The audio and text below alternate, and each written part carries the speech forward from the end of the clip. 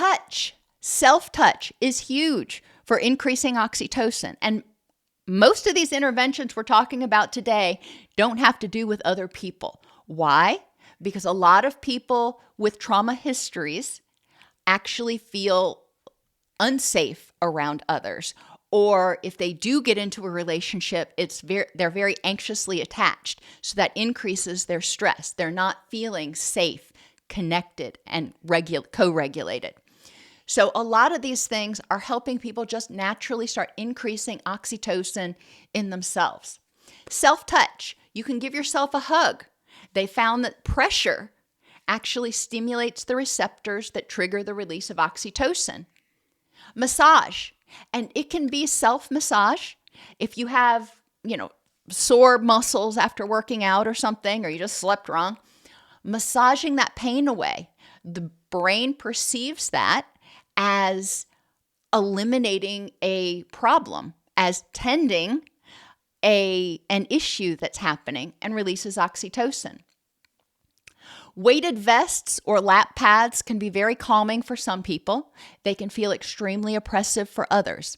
Depends on the person. Not every intervention works for everybody. Animals. And I say on here, it varies by relationship, style, and context, of course. If they are terrified of dogs, then trying to get them a dog as an emotional support animal, probably not a good move.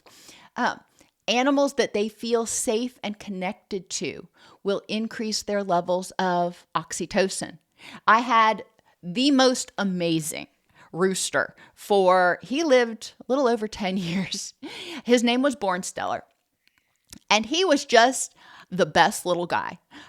There was one time we had another rooster that tried to attack me and started trying to claw my head when I was picking the hoofs on the donkey. And Bornsteller came up and told him what for, physically, and defended his mama's honor.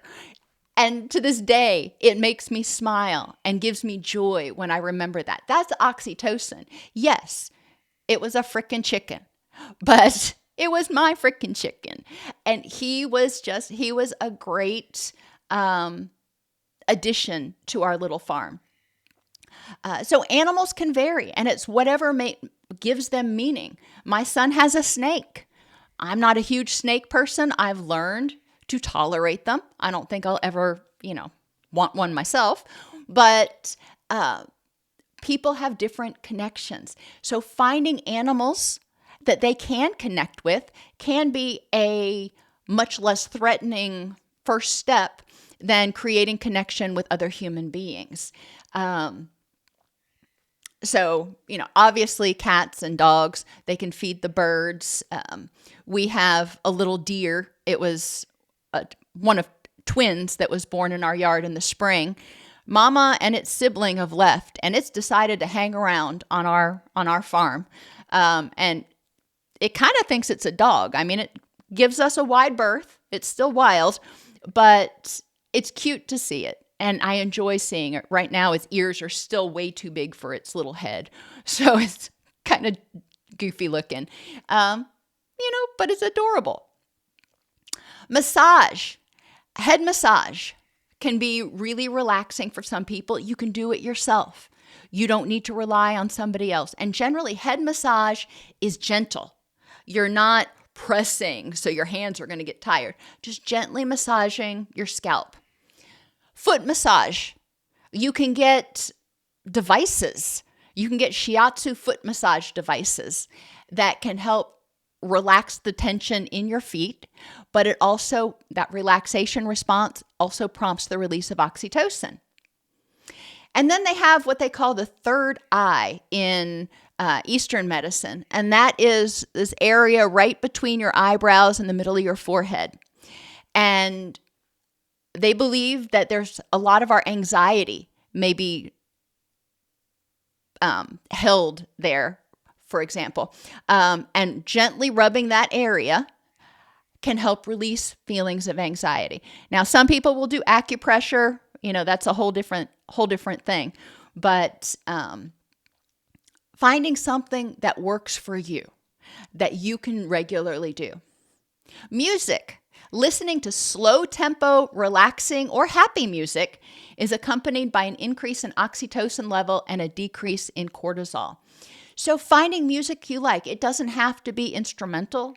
It can be something that is just slower tempo because your body tends to regulate with the beat. So if it's 165 beats a minute, your body's going, all right, let's go on a run.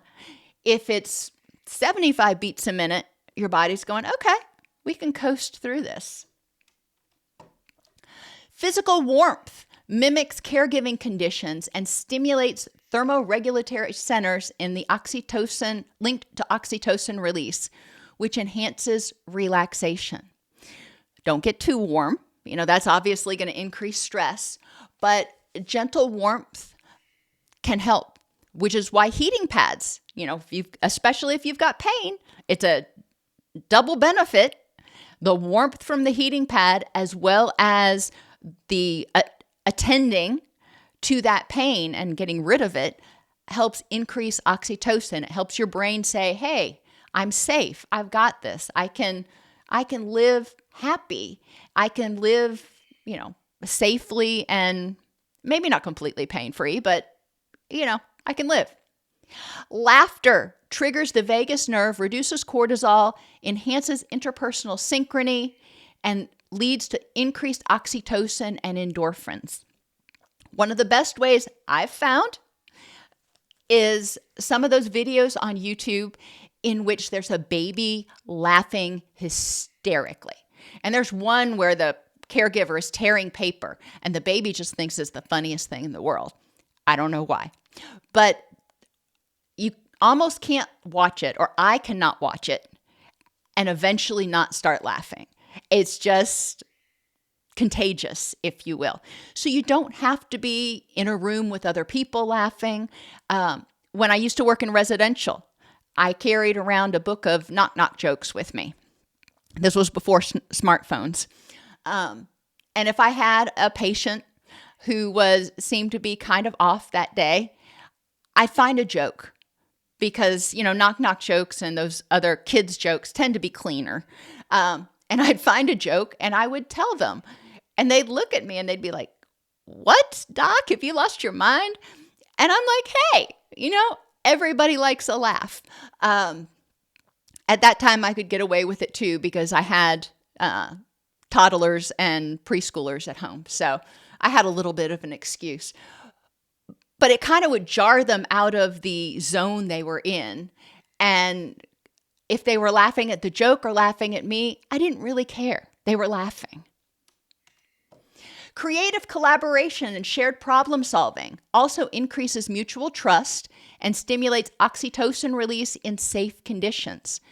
Playing games. And this is a great thing if a person doesn't have great relationships with their family. Playing games can be one of those things they may be able to do peacefully. It can be a great way to develop trust and a sense of connection in residential treatment. Playing games can eventually lead to a sense of safety and connection. Having people do projects, teamwork type of things, can also increase a sense of connection.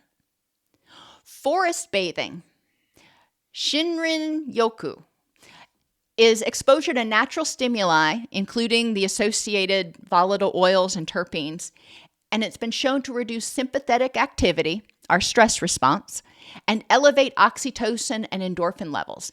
They measure the salivary oxytocin of people who went on a walk in the city versus people who went on a walk in a park. Doesn't have to be the forest. It just has to not be the middle of Nashville or New York City or something. And they found that the people that were in nature had significantly higher levels of oxytocin and lower levels of cortisol. Acts of altruistic kindness can also increase oxytocin. Doing something nice for someone or something. You may call this feeding the birds. You may call this picking up trash to improve the universe. You may call this taking donations out to the homeless encampment. Whatever it is that you're doing something nice for others without expecting and sometimes without even wanting something in return, if you're still having difficulty feeling safe around others, doing something nice for others has been shown to increase oxytocin. What can they do? Even writing letters to soldiers or, somebody can be good. Finding a pen pal. I don't know if that's even a thing anymore, but having a pen pal, assisted living facilities, love people who are in ALFs, love having visitors, love getting mail. Connecting with a higher power or meaning can be beneficial if somebody believes in it. If they don't, then okay, not going to work for them. But a lot of people feel a sense of connection when they read their scripture, when they spend time praying or communicating with their higher power. Group singing or chanting also increases oxytocin. Whether you're singing at a rock concert or you're singing in church, it actually increases oxytocin. No interpersonal interaction required, which is another thing that's beneficial for a lot of people because they start getting used to being around others and going, okay, hey, this may not be so bad. And finally, sleep indirectly improves oxytocin signaling. Sleep reduces stress, particularly cortisol, limits inflammation, and maintains receptor sensitivity and circadian rhythms.